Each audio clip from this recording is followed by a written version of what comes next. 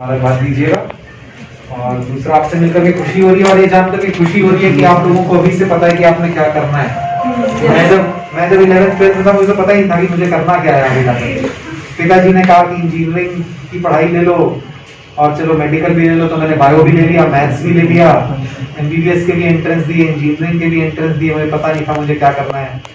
फिर मेरे फादर ने कहा कि ये वाली ब्रांच अच्छी है, इसमें इंजीनियरिंग कर लो, बहुत स्कोप है। तो हमने कहा ठीक है, इंजीनियरिंग में चले गए। फिर इंजीनियरिंग में जाकर के मुझे नहीं पता था कि मुझे आगे क्या करना है।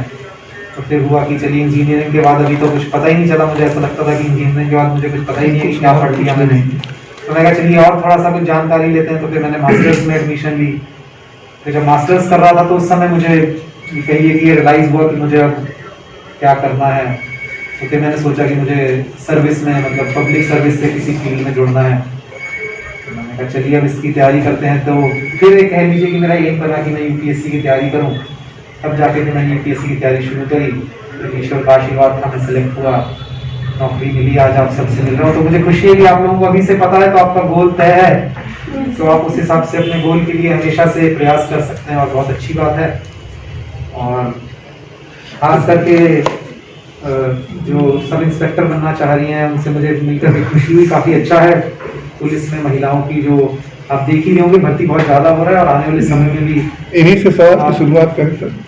बिल्कुल, जो भी पूछना चाहिए आने वाले समय में आप जैसे लोग भी आगे एक तरफ से बेटा, एक तरफ से। अच्छा, क्या नाम है बेटा? अपना नाम बताइए। कृतिका सिंह। कृतिका सिंह। अच्छा, फुल का नाम बताइए। सर, मैं आपसे पूछना चाहती हूँ कि जैसे घंटे पढ़ाई करिए, इतना पढ़िए, इतने मार्क्स आने चाहिए, तो मैं आपसे पूछना चाहती हूँ सर, आप इस टाइम में कितने घंटे पढ़ाई करते थे और आप पे ऐसा प्रेशर था या नहीं? देखिए, जो पढ़ाई का आपका वो है, मेरे हिसाब से स्कूल का प्रेशर, या एक सही वर्ड होता है पीयर प्रेशर, जो इस उम्र में हम लोगों पे रहता है कि वो घर वाले कहते होंगे देखिए फलाने का बेटा जो है वो इतने नंबर ले आया, अब फलाने की बेटी जो है वो देखो ये कर रही है और आप कुछ कर नहीं रहे हैं। उससे ज्यादा कई जगहों पे एक अलग वो होता है आजकल, शायद ट्यूशन का कल्चर चल पड़ा है, तो उनको लगता है कि उनका बच्चा 4 ट्यूशन पढ़ रहा है तो हमारे बच्चे को 5 पढ़ाओ और इसी से वो होगा। हमारे हिसाब से आप सब अब बड़े वो स्टूडेंट्स हैं, मैच्योर स्टूडेंट्स हैं, 11th 12th में हैं, तो आपको खुद का आंकलन करना बहुत जरूरी है। और उसमें आप लोगों को पता होना चाहिए कि आपकी खुद की कैपेसिटी, आपकी खुद की एफिशिएंसी क्या है। जैसे जो UPSC की तैयारी है, इसमें जब हमने तैयारी शुरू करी थी तो क्योंकि मैं बहुत ज़्यादा एफिशिएंट नहीं था, उतना होशियार नहीं था, तो मुझे ज़्यादा घंटे देने पड़ते थे उस चीज़ को समझने के लिए जो मुझसे होशियार बच्चे कम देर में पढ़ लेते थे। कहीं ऐसे बच्चे थे जो 4 घंटे में जितना पढ़ लेते थे, मुझे वो पढ़ने में 12 घंटे लगते थे, तो मुझे 12 घंटे देने पड़ते थे उसके लिए। तो इस तरीके से हर किसी की अपनी एफिशिएंसी है, हर किसी का अपना पढ़ने का तरीका है। कोई पढ़ते पढ़ते नोट्स बनाता है अपने और फिर उसको रिवाइज करता है, और कोई पढ़ते पढ़ते उसको अंडरलाइन करता रहता है और फिर बाद में जो अंडरलाइन वाला है उसको पढ़ के तुरंत रिवीजन कर लेते हैं। कभी कभार जहाँ आप पैराग्राफ पढ़ते हैं उसके साइड में कीवर्ड्स लिख लेते हैं कि कीवर्ड्स पढ़ के आपको एकदम एग्जाम टाइम में याद आ जाए। तो जो भी आपकी तैयारी है उस हिसाब से आप देख लीजिए आपको कितना समय लगता है। डेफिनेटली आपको पढ़ने की जरूरत तो है। अगर आप 3 घंटे में आपका जो भी निर्धारित वो है, अगर आप उसको पढ़ लेती हैं, जो आपका टारगेट सेट है, तो आप 3 घंटे पढ़िए, बाकी टाइम मजे से आप घूमिए फिरिए, जो आप करना चाहती है करें। बट वही चीज पढ़ने में अगर आपको 6 घंटे लग रहे हैं तो आपको 6 घंटे देने होंगे। बट आपका टारगेट सेट होना चाहिए, और टारगेट सेट करने का सबसे बढ़िया तरीका होता है जो आने वाले टाइम में आपके एग्जाम्स हैं, वो अगर आपकी शुरू हुई है, जैसे आप 12th में जाते ही हैं, तो जो आपकी रोज की पढ़ाई हो रही है उसको आप पढ़ लें और हर 1 महीने बाद पिछले महीने का आप रिवाइज कर लें। ऐसा नहीं बहुत ज्यादा आपको वो करना है। आज आप उसमें 1 चैप्टर या आधा चैप्टर पढ़ाया तो आप कोशिश करिए कि उस आधे चैप्टर को आज आप रिवाइज कर लें, और ठीक 1 महीने बाद वापस आपको उस आधे चैप्टर को रिवाइज करना है, कंबाइंड विद उसके बाद जो पढ़ेंगे। अगर ये आप रेगुलरली करते रहेंगे तो आराम से सब कुछ हो जाएगा। की इज रिवीजन, आपका रिवीजन जो है वो होना चाहिए, और प्रेशर में आकर के कुछ नहीं होता है। आपको लगता है कि हाँ मैं सेटिस्फाइड हूँ कि इतनी तैयारी में मैं अच्छा कर लूंगी, तो दैट्स इट। और ये चीज अपने घरों में को भी बताइएगा कि आप पूछ लीजिए मुझसे, जब वो कहें कि नहीं पढ़ रहे तो उनको लाकर के बुक दीजिए कि मैंने इतना पढ़ लिया है, इसमें आप मुझसे कुछ भी पूछ लीजिए, इसके आगे मत पूछिए, वो मैं 1 हफ्ते बाद जब पढ़ लूंगी तब पूछ लीजिए, वो आपका कॉन्फिडेंस होना चाहिए। और आपका सवाल था मेरा फेवरेट सब्जेक्ट। मेरा स्कूल टाइम में कोई सब्जेक्ट फेवरेट नहीं था। हाँ, मेरा फेवरेट सब्जेक्ट स्कूल टाइम में मैं कह सकता हूँ इंग्लिश होता था, क्योंकि उसका जो एग्जाम है उसकी तैयारी नहीं करनी पड़ती थी। उसमें अनसीन पैसेज आता था, पैराग्राफ आता था, तो उससे पिछले दिन में बढ़िया क्रिकेट खेलता था और अगले दिन जाकर के एग्जाम में क्लियर हो जाता था। तो मुझे लगता था चलो पढ़ना नहीं पड़ रहा है तो ये सबसे आसान सब्जेक्ट है। आसान था तो उस तरह के मेरे लिए वो हो गया था कि चलो एटलीस्ट मेरे को इसकी कोई टेंशन नहीं है।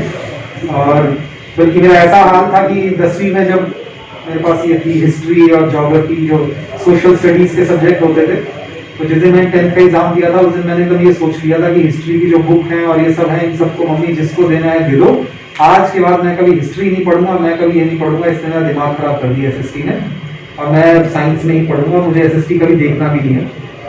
और उसके बाद जब मैंने यूपीएससी की तैयारी शुरू करी तो वही किताबें खोज के जो मेरी 9th 10th की उस समय की जो एनसीईआरटी की बुक्स थी मुझे नहीं मिल रही थी, तो कौन सी पुरानी मंडियों में जाकर के मैंने उस टाइम की वो किताबें, उस एडिशन की किताबें खोजी हैं और उनको दोबारा पढ़ा है, और मेरे को इतना मजा आने लगा उनमें कि वो मेरे फेवरेट सब्जेक्ट्स बन गए थे। और इनफैक्ट मेरे जो ऑप्शनल सब्जेक्ट होते हैं यूपीएससी में, मैंने साइंस के ना लेकर के समाज शास्त्र लिया था और लोक प्रशासन अपने सब्जेक्ट लिए थे, जिनका मैंने कभी ना स्कूल में कोई मेरी पढ़ाई रही, ना मेरी बैचलर्स में या मेरी मास्टर्स में कोई उनकी पढ़ाई रही। तो उस समय मेरे फेवरेट सब्जेक्ट बन गए थे। आज मुझे सोशियोलॉजी का कोई लेख मिल जाए तो उसे पढ़ के बहुत मजा आता है। तो फेवरेट सब्जेक्ट उस समय मेरा जो आज की डेट में है वो स्कूल टाइम में नहीं था, वो कभी भी बन सकता है। जो रही बात यूपीएससी की तैयारी के लिए, तो उसमें यूपीएससी का बहुत फिक्स्ड क्राइटेरिया है। अगर आपने ग्रेजुएशन कर रखी है, बैचलर्स की डिग्री आपकी किसी भी उसमें है, तो आप यूपीएससी में अपीयर हो सकते हैं। कोई कंडीशन नहीं है कि आपकी बैचलर्स इसी सब्जेक्ट में होगी तभी आप यूपीएससी दे सकते हैं। यूपीएससी में अपने आप एक सूची है वैकल्पिक विषयों की जो ऑप्शनल सब्जेक्ट्स हैं, आपको उनमें से कोई एक ऑप्शनल सब्जेक्ट चूज करना है, और उसके अलावा जनरल स्टडीज है। जनरल स्टडीज में वही है जो आज की डेट में आप स्कूल में पढ़ रहे हैं, उसमें फिजिक्स भी आएगी, केमिस्ट्री भी आएगी, बायो भी आएगी, आपकी रीजनिंग भी आएगी जिसमें आपका मैथ्स काम आएगा, आपकी हिस्ट्री भी आएगी, ज्योग्राफी भी आएगी, सिविक्स भी आएगी, इकोनॉमिक्स भी आएगी। तो सब कुछ आएगा, तो आपको ये सब कुछ उस समय पढ़ना पड़ेगा। अगर आज ये आर्ट्स कर रहे हैं, आप बायो पढ़ रहे हैं, तो इनको उस समय बायो पढ़नी पड़ेगी और आपको इनकी आर्ट्स पढ़नी पड़ेगी, जो हमने किया है। बस आपकी बैचलर्स किसी भी उसमें होनी चाहिए, उसके बाद आप यूपीएससी में क्लियर हो सकते हैं। और हमारे अपने बैच में, मेरे बैच में 150 लोग हैं, उनमें से 66 लोग 66 are engineers, 32 are MBBS doctors, जिन्होंने अपना एमबीबीएस पूरी कंप्लीट करी, प्रैक्टिस कर रहे थे, उस दौरान उनको लगा कि नहीं यूपीएससी की तैयारी करनी है, तो उन्होंने यूपीएससी की। तो ऐसी कोई वो नहीं है उसमें कॉम्बिनेशन। आई थिंक आपका सवाल आंसर हो गया, कुछ रह गया? हाँ सर, तो आपने एमबीबीएस क्यों किया और इंजीनियरिंग क्यों की? नहीं, एमबीबीएस नहीं किया। जब आपको यूपीएससी की तैयारी करनी थी। यूपीएससी की तैयारी में आपको बताता रहा, मुझे पता ही था मुझे करना क्या है। वही मैंने कहा ना, आप सबको तो पता है। नहीं तो फादर ने मुझे कहा कि my father himself was an engineer, तो उन्होंने मुझे कहा कि इंजीनियरिंग की तैयारी कर लो, इसके बाद अच्छी नौकरी लग जाएगी। हमने कहा ठीक है, इंजीनियरिंग की तैयारी में लग गए। फिर इंजीनियरिंग करा तो लगा कि नहीं, मजा नहीं आ रहा, ये तो शायद मैं ये नहीं करना चाहता हूँ, तो अपनी एनर्जी मुझे यहाँ नहीं लग रही है। फिर लगा कि क्या करें, तो उस समय साथ के जो थे वो या तो मास्टर्स कर रहे थे या फिर एमबीए कर रहे थे। तो मैंने एमबीए का भी दिया, मास्टर्स का भी दिया, दोनों में सिलेक्ट हो गया। तो फिर मुझे लगा कि नहीं, एमबीए जो है वो शायद it's not my cup of T, तो मैं इधर मास्टर्स की तरफ आ गया।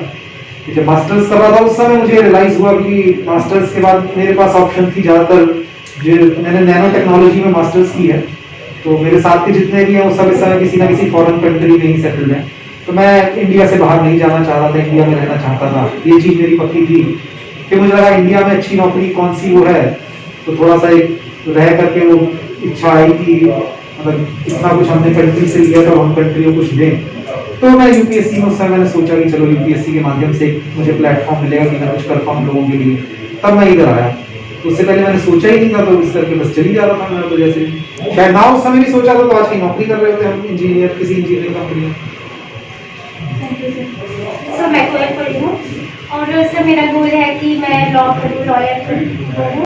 तो फिर क्या या फिर कभी कभार कुछ ऐसे कर देते हैं, तो क्या इसका पुलिस से अगर हम कंप्लेंट करना चाहें तो वो कभी लेते नहीं है, इसका कोई एक्शन नहीं लेते, ऐसा क्यों? क्या आपने कभी कंप्लेंट की है तो बताइए।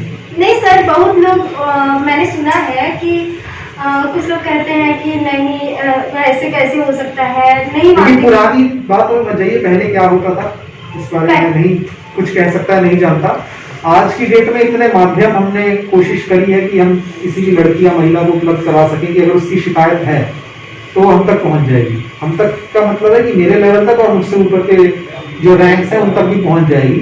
तो उसके लिए अगर आपको कभी ऐसी कोई शिकायत लगती है, ठीक है, और इसमें खास करके लड़कियों को मैं सबसे कहना चाहूंगा कि लड़कियों में कहिए गॉड गिफ्ट है, इंट्यूशन कहिए या सिक्स्थ सेंस कहिए, कि आप पहचान लेते हैं कि कौन हमें गंदी नजर से देख रहा है, कौन हमको जस्ट वैसे ही नोटिस कर रहा है, क्या कर रहा है। अगर आपको कोई भी ऐसा लगता है, कोई आपको लगता है जब स्कूल आ जा रहे हैं किसी के, कोई एक ऐसी जगह जहाँ पे लड़के खड़े होते हैं जो कि कमेंट पास करते हैं, लड़कियों को वो करते हैं, टॉन्ट करते हैं, तो चुपचाप घर जाइए, 1090 पे फोन करिए और बता दीजिए कि ये जगह है और मेरा जो नाम है उसको मैं नहीं चाहती कि मेरा नाम किसी को पता चले, तो मेरा नाम मत बताइएगा।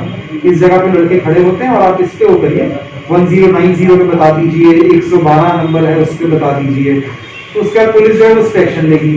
ये भी नहीं करना चाहते, हमारा ऑफिस है, हमारे ऑफिस में सुबह 11 बजे से बैठ जाते हैं, कभी हमारे ऑफिस में आके हमने बता दिया, नहीं तो एक महिला थाना है, महिला थाना में जाकर के उनको शिकायत दे दी, नहीं तो ट्विटर पे हम हैं, फेसबुक पे हम हैं, ईमेल के माध्यम से आप हमको एक ईमेल लिख दीजिए या हमारे CUG नंबर आपको गूगल पे मिल जाएंगे, सर्च करेंगे तो उस पर आप लिख करके हमको एक व्हाट्सएप कर दीजिए, SMS कर दीजिए, कॉल करके बता दीजिए कि सर मैं जब यहाँ से जाती हूँ तो ये लड़के हैं, या तो हमारे स्कूल के जो लड़कियों को परेशान करते हैं, या ये जगह है जो थोड़ी सुनसान होती है तो यहाँ पे वो हो, तो उसके बाद आप हमको छोड़ दीजिए। और आज की डेट में ये चीज नहीं रही है कि कोई किसी लड़की को परेशान कर सके। और सर मेरा एक क्वेश्चन और है कि कभी कभार थोड़े से प्रॉपर्टी के लिए कुछ लोग लड़ाई करने लगते हैं और फिर वो कंप्लेंट करने जाते हैं तो वो फिर थाने पे, तो वो कुछ लोग होते हैं पैसा देके दबा देते हैं, तो ऐसा क्या उनको नहीं करना चाहिए लेकिन ऐसा कर देते हैं, वो उस पर कोई एक्शन नहीं लेते, बस कहेंगे कि नहीं हो जाएगा हो जाएगा हो जाएगा, तो वो ऐसा क्यों करते हैं? उनको ऐसा अगर कभी भी होता है तो हमारे सर होता है एक्चुअली मेरे घर पे वहाँ दिन तभी मैं आपसे कह रहा हूँ उसका जवाब दे रहा हूँ कि अगर ऐसा कभी होता है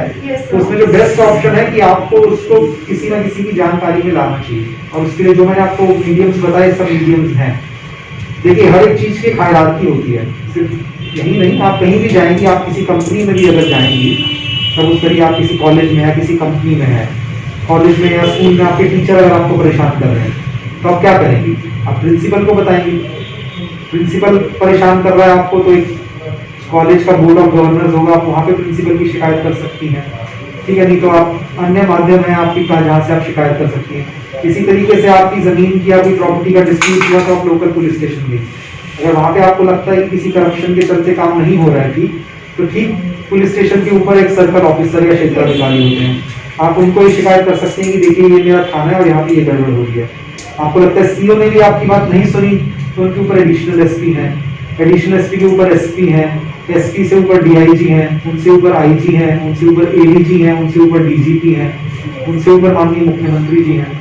तो आपको इतने सारे प्लेटफॉर्म्स हैं आपके पास, और आपको करना क्या है? घर पे बैठ के एक चिट्ठी लिखिए, लिफाफे के बाहर इनका नाम लिखिए, अगर ADG वाराणसी तो ADG Varanasi zone Banaras, Google पे आपको उनका एड्रेस मिलेगा, पिन कोड डालिए, उनको पोस्ट कर दीजिए, उसका अपने आपको देख लेंगे कि ऐसी ऐसी चीज है, ये मेरा मोबाइल नंबर है, आप कोई भी जानकारी लेना चाहें इस पे लें, पर मेरी पहचान जो है उसको गोपनीय रखिएगा। इस तरीके से CO से कर सकते हैं, तो हमारे से करिए, अगर आपका खुद का जो भी पर्सनल हो तो आप अलग से हमको दे दीजिएगा, उसको हम जांच करवा लेंगे इसमें क्या है। सॉरी सर मेरा एक क्वेश्चन और ये सेम चीज आपको किसी भी उसमें किसी कंपनी में भी अगर आप हैं, आपको लगता है कि आपके बॉस आपको परेशान कर रहे हैं, तो उनसे जो ऊपर इमीडिएट बॉस है, उनके ऊपर इमीडिएट बॉस होंगे, उन सबको जाकर शिकायत कर सकते हैं। कांड हुआ है नहीं कांड नहीं हुआ है, बरगुदर पुलिया में एक क्लास में डेड बॉडी मिली है जो कि पानी में मिली है, उसकी अभी तक पहचान नहीं हुई है, और उसमें PM में अभी तक कारण नहीं आया कि लड़की की डूबने से मृत्यु हुई है, किससे हुई है। जो आपने शब्द यूज किया कि ऐसा कांड हुआ है, तो मुझे वो कांड अगर आप समझा पाए तो इसके बाद समझा दीजिएगा। सर जी सर लोग मतलब हम सुने हैं ऐसा सब उनके साथ रेप हुआ, ऐसा हम सुने हैं और उनको मतलब नहीं ऐसा आप सुने हैं, ऐसा अभी तक किसी रिपोर्ट में पुष्टि नहीं हुई है, यही बताया गया है, मतलब हम सुने। ये पहले की एक पुलिस ऑफिसर के ऊपर खुद सुरक्षा करते हैं, उन्हीं के ऊपर आरोप लगाया जाता है, ये सही है? कैसा आरोप लगाया जाता है? कोई कुछ भी कि वो मतलब उन्हीं के यहाँ चोरी हो रहा है, उन्हीं के ऊपर आरोप लगाया जाता है, ये सही है? नहीं, अगर ऐसा हो रहा है तो हर केस एक इंडिविजुअल केस होता है, अगर वैसा आरोप लगाया जा रहा है, आरोप गलत है तो गलत है वैसा आरोप लगाना, जांच का विषय है। इतना मतलब इतने दिन से आप जैसे जब बने हैं, आपको सबसे टफ केसेस क्या थी? सबसे टफ केस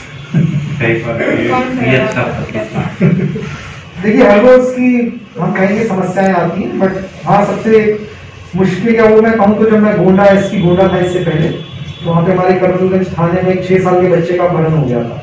6 साल बच्चे का, ठीक उससे पहले कानपुर में एक अपहरण हुआ था जिसमें बंदे को मार दिया गया था, पैसा नहीं वहाँ पे पहुँच पाया था, तो ऑल ओवर कंट्री बहुत बड़ी न्यूज बन गई थी, और पूरी कह लीजिए कंट्री की मीडिया जो है वो गोंडा उस समय पहुंच गई थी इसको देखने के लिए कि ये 6 साल के बच्चे को कर पाते हैं नहीं कर पाते हैं। तो शाम को लगभग दोपहर को 2:30 बजे करीब वो किडनैपिंग हुई थी और उस समय से लेकर के ऑलमोस्ट हर लेवल से मॉनिटरिंग माननीय मुख्यमंत्री जी ने शायद 4 बार फोन कर दिया था 5 घंटे में कि क्या डेवलपमेंट है उस केस में जानने के लिए।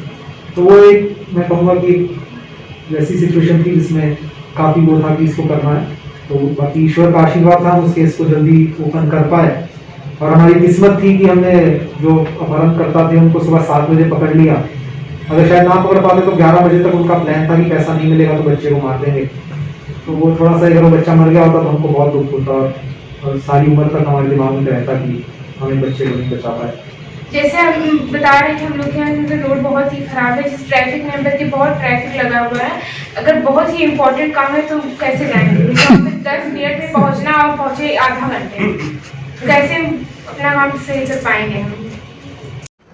अगर आपको हमारा वीडियो पसंद आया है तो प्लीज़ लाइक कीजिए, सब्सक्राइब कीजिए और बेल आइकन की घंटी जरूर दबाइए।